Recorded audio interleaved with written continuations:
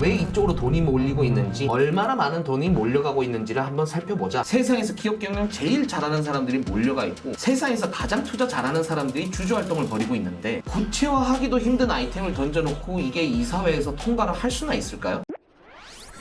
네, 안녕하세요. 스튜디오 퍼즐 낙낙입니다. 제목 보고 들어오셨으니까 아실 테지만 그놈의 메타버스 이야기 한번 해보려고 합니다. 이제 메타버스랑 NFT 이야기가 이게 원래 뭐한 게 맞다 쪽으로 분위기가 흘러가고 있는 것 같은데, 어쨌든 오늘 시장에서 돈 굴러가는 이야기 중심으로 한번 풀어보려고 해요. 이게 너무 포괄적이고 사실은 이미 벌어지고 있는 투자나 사업 활동까지 다 아우를 수 있는 개념이다 보니까 게임판 시각에서 보건 엔터사 팬덤 시각에서 보건 돌아서면 또 다른 소리 나오는 것 같고 돌아서면 또 헷갈리고, 이게 일선에서 취재하는 기자들도 사실 마찬가지거든요. 심지어 취재원조차 말이 다 달라요. 그렇다고 더 깊게 파고들자니 갑자기 꼭 공상과학 소설 읽다가 몽롱해지는 것처럼 저도 이거 파면 팔수록 점점 더 감이 안 잡히고 꿈꾸는 것 같더라고요. 그래서 회의적인 시각들이 많아질 수밖에 없는 게, 메타버스라는 단어 자체를 용어만 꼬아놨으니까 더 헷갈리는 거 아니냐. 예를 들자면 안마의자 렌탈 사업을 벌이고 있는 A 회사가 아니다, 우리는 헬스케어 AI 로봇에다가 공유 경제의 가치를 담고 있다, 뭐 이런 식으로 포장하는 거랑 다를 바가 없는 게 아니냐는 거죠. 이게 메타버스라는 단어랑 NFT라는 또 체감하기 힘든 뭐 새로 개발된 기술이랑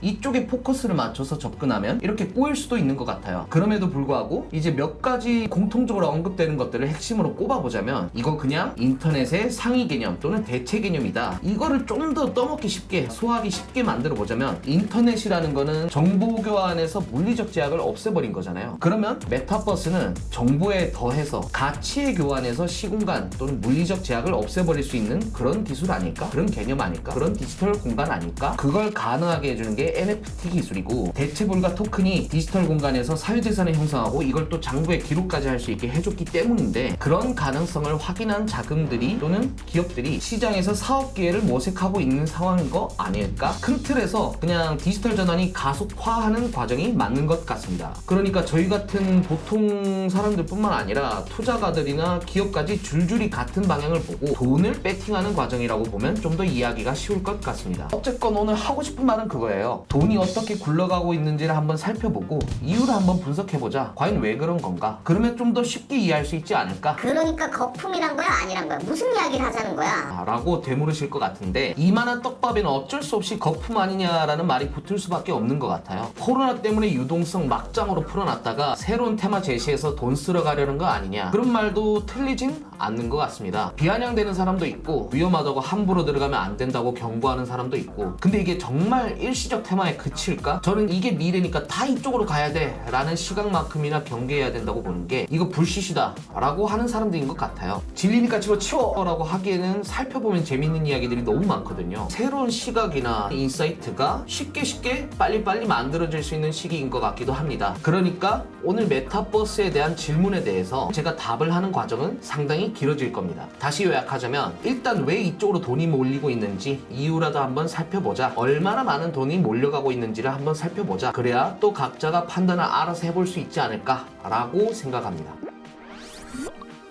지금 촬영하는 시기가 11월 셋째 주인데 진짜 매일같이 기사가 쏟아지고 있어요. 다날 계열사 NFT 플랫폼 사업 진출, 한글과 컴퓨터 싸이월드 JV 설립해서 메타버스 사업 추진, 나이키도 가상상표 등록했다, 롯데백화점도 메타버스 사업 구상한다. 개별 사례로 보면 점점 더 수렁으로 빠지는 것 같아요. 한번 넓혀서 볼 필요가 있는 것 같습니다. 이번 달로 넓혀서 보면 어떨까요? 이달 초에 하이브가 전환사채 11을 4천억 원어치 발행을 하고, 두나무랑 하이브가 서로 지분을 교환했잖아요. 지분 수합했다고 하면 보통 시장에서 둘이 혈맹 맺겠다는 이야기로 보거든요. 근데 이제 궁금증이 드는 게, 왜 코인거래소랑 엔터사랑 같이 왜 동맹을 맺는 거야? 11월 둘째 주 들어서자마자 메타버스, NFT 기술과 아이돌 팬덤이, 그러니까 엔터사랑 코인거래소가 궁합이 잘 맞는다는 분석 기사가 쏟아지기 시작했거든요. 근데 또 직후에 NC소프트가 NFT를 언급하자마자 상한가를 찍었어요. 이걸 한 달짜리 맥락으로 풀어보자면, 메타버스 NFT라는 개념의 접근 방식이 좀 더 구체화하고 있는 과정이다. 순차적으로 엔터테인먼트 산업과 게임 산업에 대한 시장의 관심을 폭발적으로 끌어올리고 있잖아요. 그리고 셋째 주 들어서니까 별의별 기업이 다 NFT 하겠다, 메타버스 하겠다라고 보도자료를 지금 뿌리고 있는 상황이에요. 그러면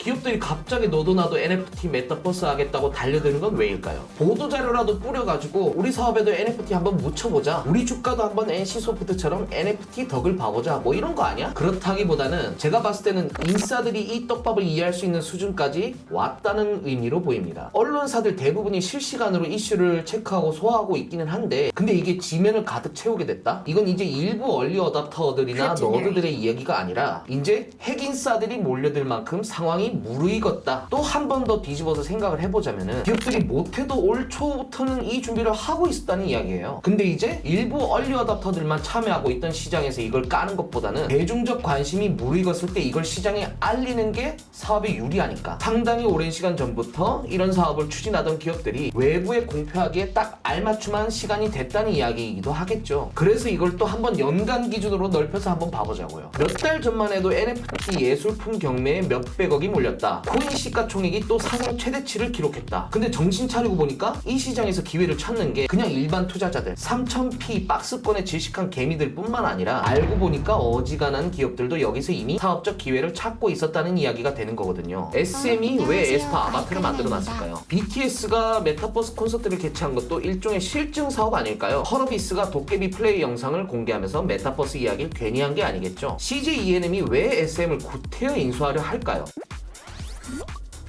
그래서 한번 가설을 세워봤습니다. 지금 언론 지면에서 다루고 있는 거는 정말 빙산의 일각인 거 아닐까? 그러니까 이번 달 들어서 쏟아지는 이야기들, 지금 충분히 대중적으로 인지도가 높은 이야기들, 이거는 빙산의 일각이 아닐까? 그림을 한번 그려보자면은 이게 빙산이라고 쳐보자고요.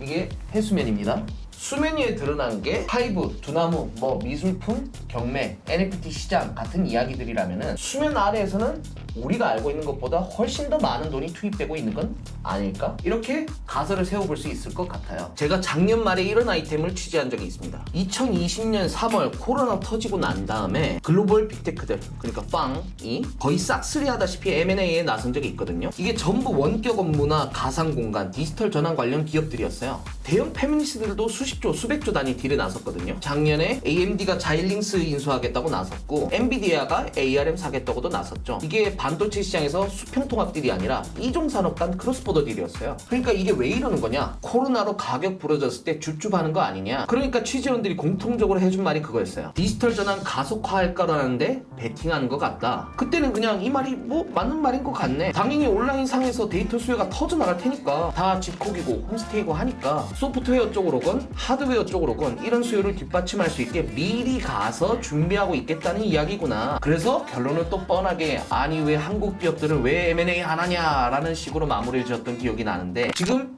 엔비디아 주가가 단기간 내에 40% 이상 뛰고 있거든요. 글로벌 시가총액 1위에 마이크로소프트가 다시 올라갔어요. 삼성전자는 3나노 GAA 공정에 선진입하겠다고 하고, 선단 공정 경쟁 탈락한 인텔이 끝까지 파운드리 하겠다고 하고, 요약하자면 메타버스가 아니라 디지털 전환 가속화에 대한 베팅이라고 본다면 올해 들어서 특정 국가, 특정 산업에서 특정 계층에 한해서 진행되고 있는 투자가 아니라는 이야기죠. 지금 대중적으로 주목을 끌고 있는 사건들은 딱 저 정도에 불과한 거 아닐까? 넓게 보자면 디지털 전환 가속화를 바라보고 베팅한 시장 자금 전부를 포괄해서 봐야 되는 거 아니야? 드러나지 않은 부분에서 투입된 돈이 어마무시하게 많을 수도 있겠구나. 요즘 코스피가 되게 재미가 없잖아요. 3천선 중심으로 거의 박스권이고 7만 전자는 무슨 짓을 해도 7만 전자에 불과하고, 그래서 지금 운용하시는 분들 대체로 하시는 말씀이 알파가 안 보인다. 결국 NFT 관련 수혜주 쪽으로 쏠림이 너무 심각해지고 있다. 근데 이 빙산의 일각 아닐까라는 시각을 적용해서 보자면 시장의 이해도가 지체되고 있을 뿐 메타버스나 NFT 수혜주에는 삼성전자, LG화학, 심지어 LG이노텍까지도 다 포함될 수 있겠다는 생각이 들더라고요.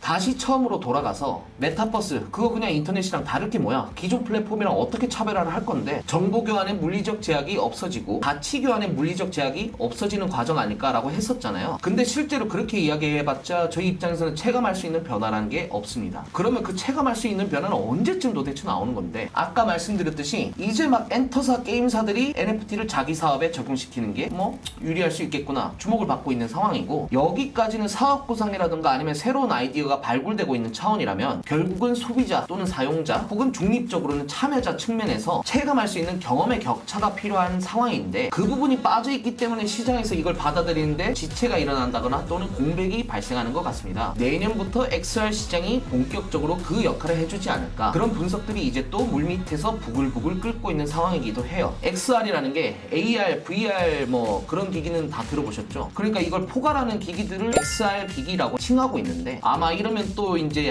그거 써봤는데 그거 별로더라, 그거 VR 게임존 뭐 이런 거 만들어주다가 다 망하지 않았느냐, AR 뭐 포켓몬고 당시 한때의 떡밥 아니냐, 다 맞는 말인 것 같습니다. 100% 공감합니다. 지금 시중에 널리고 깔린 기기들만 기준으로 놓고 보자면요, 이거 써보면은 덥고 땀나고 어지럽고 어쩌다 한번 쓰면 모르겠지만은 이게 절대로 지금 스마트폰이나 아니면 노트북 같은 이런 기기 위주 시장을 절대로 대체하지는 못할 거다. 근데 과연 메타버스를 떠들고 있는 기업들이 이렇게 많은데 이미 지금 사람들이 사용하고 있는 기기들을 중심으로 미래를 그리고 있는 게 맞을까요? 시가총액 500조, 600조, 뭐 1000조씩 나가는 기업들이, 세상에서 기업 경영 제일 잘하는 사람들이 몰려가 있고 세상에서 가장 투자 잘하는 사람들이 주주 활동을 벌이고 있는데 구체화하기도 힘든 아이템을 던져놓고 이게 이사회에서 통과를 할 수나 있을까요? 그렇게 보는 것보다는 지금 이야기되고 있는 것들 외에 아직 시야에 들어오지 않는 움직임까지도 고려를 해서 바라볼 필요가 있지 않을까요?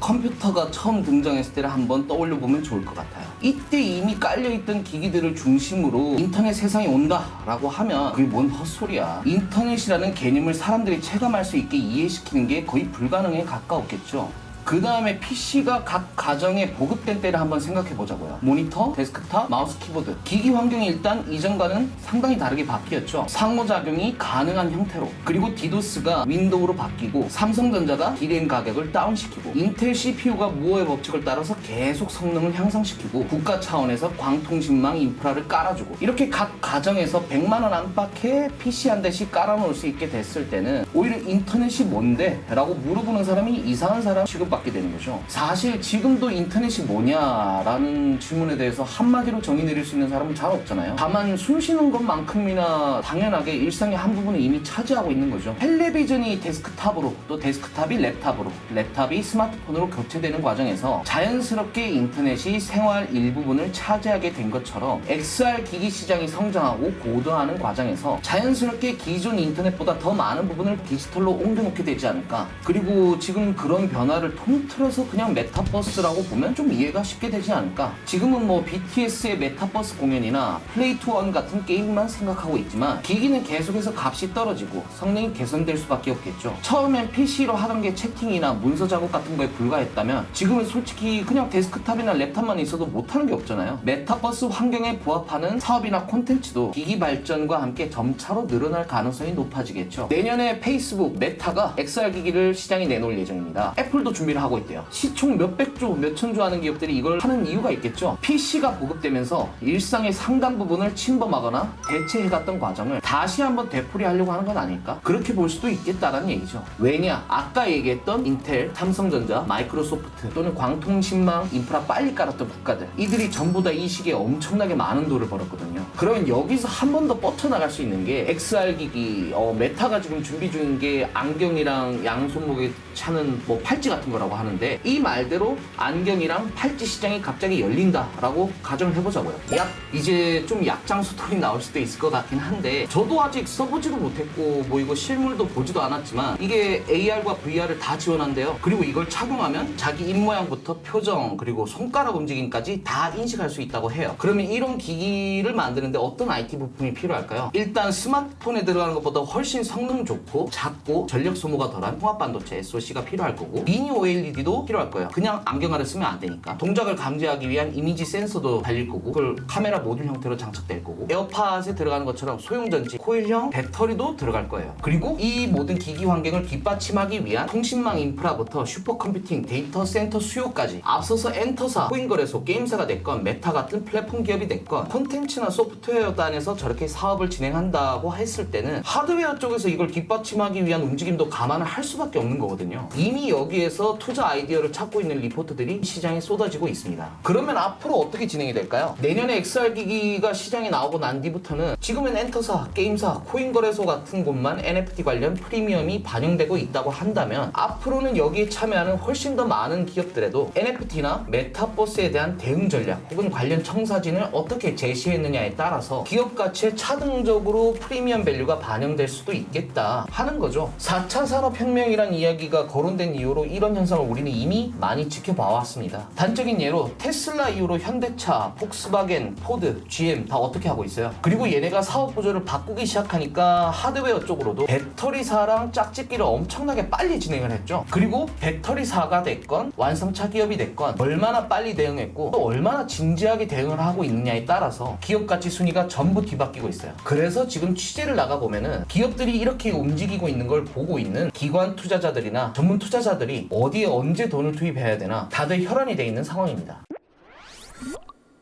결론적으로 우리가 알고 있는 것보다 훨씬 더 많은 돈이 수면 아래에서 움직이고 있다. 그리고 그 방향은 디지털 전환에 초점이 맞춰져 있다. 그걸 하나로 포괄할 수 있는 단어가 메타버스다. 그리고 이런 변화를 좀 더 가속화할 수 있는 촉매제가 NFT라는 기술이다. 얼마나 빨리 이런 변화가 이루어질지는 지금 시점에서는 예측하기 어렵겠지만 다만 성공 사례가 하나둘 늘어나기 시작한다면 훨씬 더 많은 돈이 여기에 투입될 가능성이 높아 보입니다. 지금까지 스튜디오 퍼즐 낙낙이었습니다. 감사합니다.